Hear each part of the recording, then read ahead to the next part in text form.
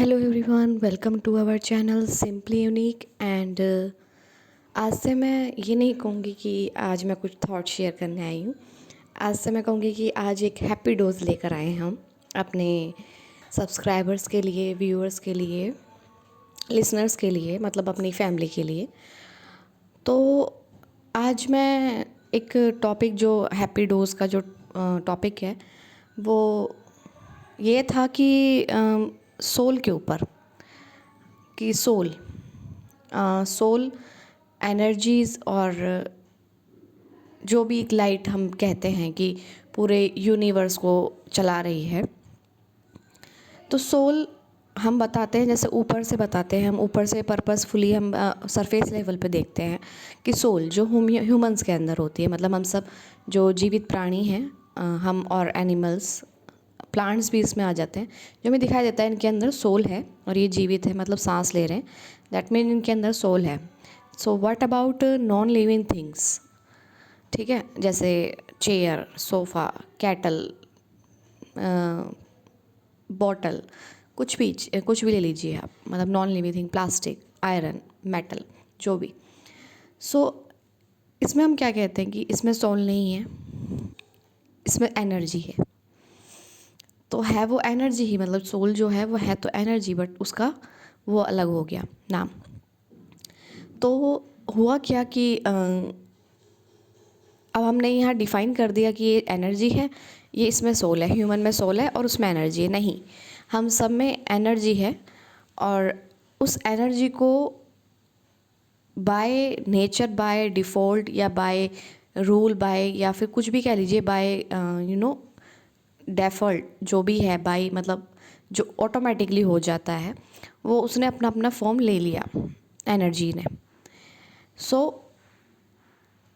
और उस फॉर्म की कैपेसिटी हो गई, मतलब इस ह्यूमन, अगर इस एनर्जी ने ह्यूमन का रूप लिया है, इस फॉर्म को लिया है, इस ह्यूमन बॉडी को लिया है, इस तो इसकी कैपेसिटी है। अगर उस एनर्जी ने किसी गेट को रूप, मतलब हमने रूप दिया है, या फिर किसी ने ऑटोमेटिकली, या फिर ऑटोमेटिकली ईंट बन जाती है, जैसे पत्थर पहाड़ बन जाते हैं, तो उसका अपना रूप है और उसकी अपनी कैपेसिटी है। सो अपनी अपनी कैपेसिटी हो गई, तो सबकी एक कैपेसिटी हो गई, तो हमारा देखने का नज़रिया वो अलग हो गया।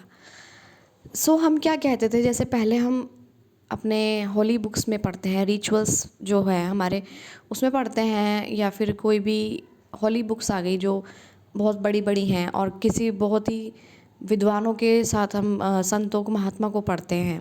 अब तो उस युग में हम कहते थे महात्मा बुद्ध, श्री कृष्ण, शिव, ये सब होते थे।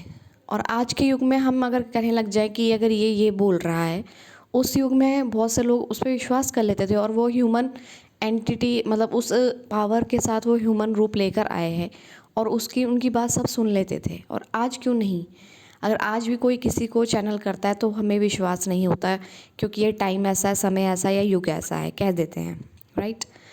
लेकिन उस समय हम बात कर लेते थे, तो कृष्ण भी ह्यूमन फॉर्म में आए, उन्होंने भी यहाँ ह्यूमन के मतलब ह्यूमन के लाइफ को एक्सपीरियंस किया, हम इसे नहीं नकारते। लेकिन अगर कोई यहाँ ह्यूमन किसी पावर को, किसी एनर्जी को चैनल करता है, या कुछ हमें ज्ञान की बात बताता है, इवन महात्मा बुद्ध को भी हम नहीं कहते, चलो ठीक है, उन्होंने वो किसी का रूप लेके नहीं आए थे, लेकिन अ, अब वो हमें कुछ ज्ञान दे, मतलब उन्होंने उस टाइम हमें कुछ ज्ञान दिया, हमें मार्ग बताया, तो हम उसको नहीं कहते हैं। तुलसीदास जी थे, हम उनको नहीं कहते हैं कि ये कुछ मतलब ढोंग कर रहे हैं। आज के युग में हम कहते हैं जो हमें बहुत मतलब जो बहुत ही भगवान से बहुत ही स्पिरिचुअल है, मतलब गाइडेड हैं, और मतलब उनका दिमाग एकदम, कहते हैं ना, उनका माइंड सेट बहुत ही अच्छा वाला है। मतलब ठीक है, जिस तरह से कंडीशनिंग अपब्रिंगिंग होती है वो ह्यूमन नेचर है, सबका होता है, उस युग में भी था। हमें लगता था कि उस युग में नहीं है, आज के युग में है, तो ऐसा कुछ नहीं है।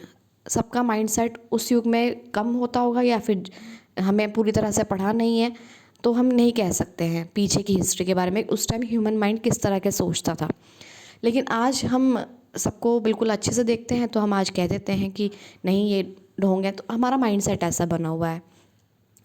जो भी संत हैं, महात्मा हैं, रेयर से रेयर हम कहते हैं कि बहुत ही स्पिरिचुअल हैं, बहुत बहुत कनेक्टेड हैं अपने आप से, उस सोल से, उस एनर्जी से अपने आप को कनेक्टेड हैं, और वो हमें बता रहे हैं कि हम क्या हैं, और वो हमें रास्ता बता रहे हैं, मार्ग बता रहे हैं, हमें किस राह में चलना है वो हमें बता रहे हैं, सीधे सीधे सिंपल फॉर्म में।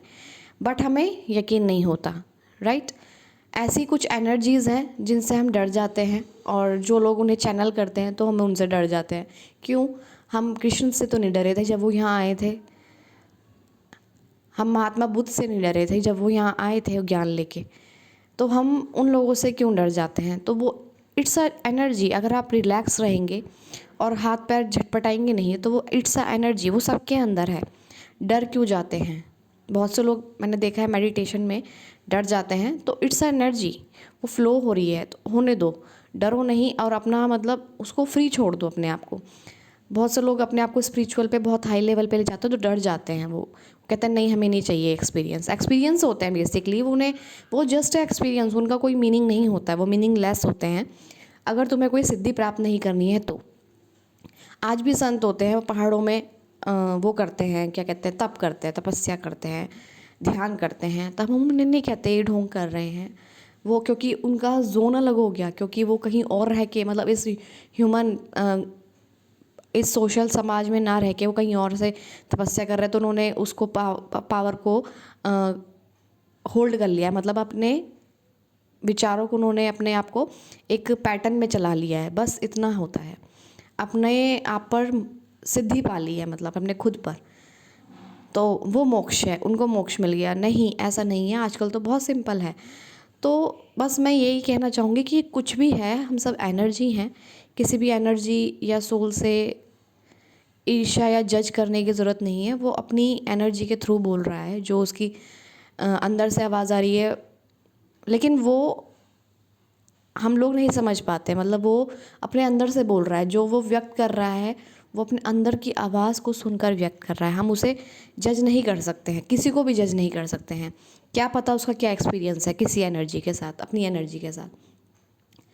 तो बिल्कुल भी आप ये ना समझें कि इस युग में है तो ऐसा कुछ नहीं होता, बिल्कुल नहीं।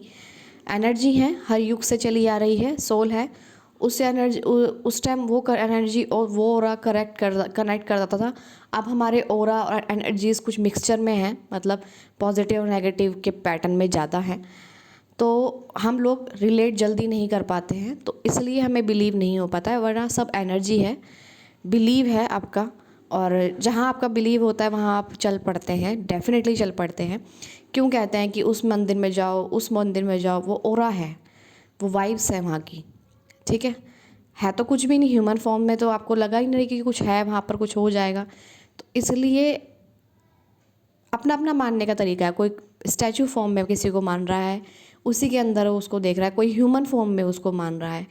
और बहुत से लोग कहते हैं अरे ह्यूमन फॉर्म में कैसे हो सकता है कोई ईश्वर, तो ह्यूमन फॉर्म में क्यों नहीं हो सकता भाई? बहुत से संत हैं, बहुत से बाबा हैं जो ह्यूमन फॉर्म में हैं और बहुत अपने आप को मतलब उस लेवल पर ले गए हैं, और आपको रास्ता दिखा रहे हैं, खुद भी हैं और उस लेवल पर दिखा रहे हैं आपको। फिर आपकी साइंटिफिक बातें आ जाती हैं कि नहीं, उन्होंने अपने आप को इस तरह से सबकॉन्शियसली ट्रेन कर दिया है, तो हम क्या पीछे की हिस्ट्री को सब जान के आए हैं? जो हमारे एंशियंट टाइम में सब हिस्ट्री को जान कर आए हैं क्या? उन्होंने भी तो क्या पता अपने ह्यूमन फॉर्म में अपने सबकॉन्शियस माइंड को क्या ट्रैक करा है, क्या ट्रिगर करा है, क्या उन्होंने अपने आप को ट्रेनिंग दी, हम नहीं कह सकते ना। तो साइंटिफिकली ना हो के अपने आप को जो खुद को सही लगे, जो खुद को अंदर से ठीक लगे, उसको फॉलो करना चाहिए। We are all are energy, non living things हो या लिविंग थिंग्स हो, डजेंट मैटर।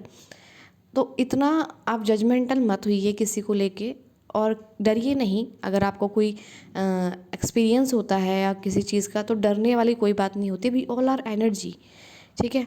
और सभी जगह ये कहा जाता है वी कांट डिस्ट्रॉय इट, ठीक है। और ना इसे बनाया जा सकता है, ना इसे मिटाया जा सकता है। So it's a energy, it's a only energy. और कोई कोई इसे पकड़ लेता है, कोई कोई नहीं पकड़ पाता, बस सिंपल यही बात है। कोई कोई इसको सिद्ध कर लेता है, इसमें सिद्धि पा लेता है, कोई कोई नहीं पाता। कोई कोई कोई इंटरेस्ट ही नहीं होता ना, कोई कोई मतलब ठीक है तो है। कोई कोई कोई इंटरेस्ट होता है कि हमें अपनी अवेकनिंग करनी है, सो वो जाते हैं। और फिर जब ज्ञान हो जाता है तो वो अंदर से खुद झलकता है, वो किसी का मोहताज नहीं होता, परमिशन का या किसी किसी चीज़ का वो मोहताज नहीं होता है। जब उसके अंदर नॉलेज आ जाती है बाहर अपने आप छलक जाती है। जब ओवरफ्लो वाटर हो जाता है ग्लास में से तो वो अपने आप ऑटोमेटिकली बाहर निकलता है, उसे किसी के परमिशन की ज़रूरत नहीं होती है। ठीक है, तो जज ना करें, जो जो जैसा जैसा कर रहा है ठीक है, ओके, अपने धर्म के हिसाब से जो जैसा कर रहा है बता रहा है ठीक है, बट फंसे नहीं, अपने अपने बिलीव और अपने जितने हो सके उस माइंड सेट के हिसाब से चलें। फंसे नहीं का मतलब अपने अंदर की आवाज़ सुने, बाहर वालों से ज़्यादा अपने अंदर की आवाज़ को सुने, उसको अहमियत दें। यही मैं आज बताने वाली थी कि सोल एनर्जी सब एक ही है, हम सब उसी के हैं और वही एक सुप्रीम पावर है, इनर सोर्स है, इनर गाइडेंस कह लो, इनर सोर्स कह लो, इनर एनर्जी कह लो, इनर पावर कह लो, इनर वॉइस कह लो, कुछ भी कह लो। ठीक है, वही ऑरा, वही वाइब्स, वही सब कुछ, वही एनर्जी है, उसमें से ही सब कुछ निकल रहा है और उसी में समा रहा है। इसलिए नहीं कहते अहम ब्रह्मस्मि। तो प्लास्टिक तो उसकी एक कैपेसिटी है, आयरन की एक कैपेसिटी है कि वो ऐसे नहीं बोल सकते, उनको सेंसेस नहीं दिए हैं, but yes it is also a energy. Thank you so much, बस यही मैं बताने आई थी अपने दिल की बात। कहते हैं हैप्पीनेस थॉट मैं आज शेयर करने वाली थी, हैप्पीनेस डोज आज शेयर करने वाली थी, वो यही था। तो thank you so much for listening it, and thank you so much who listen my videos. Thank you so much for all. Thank you.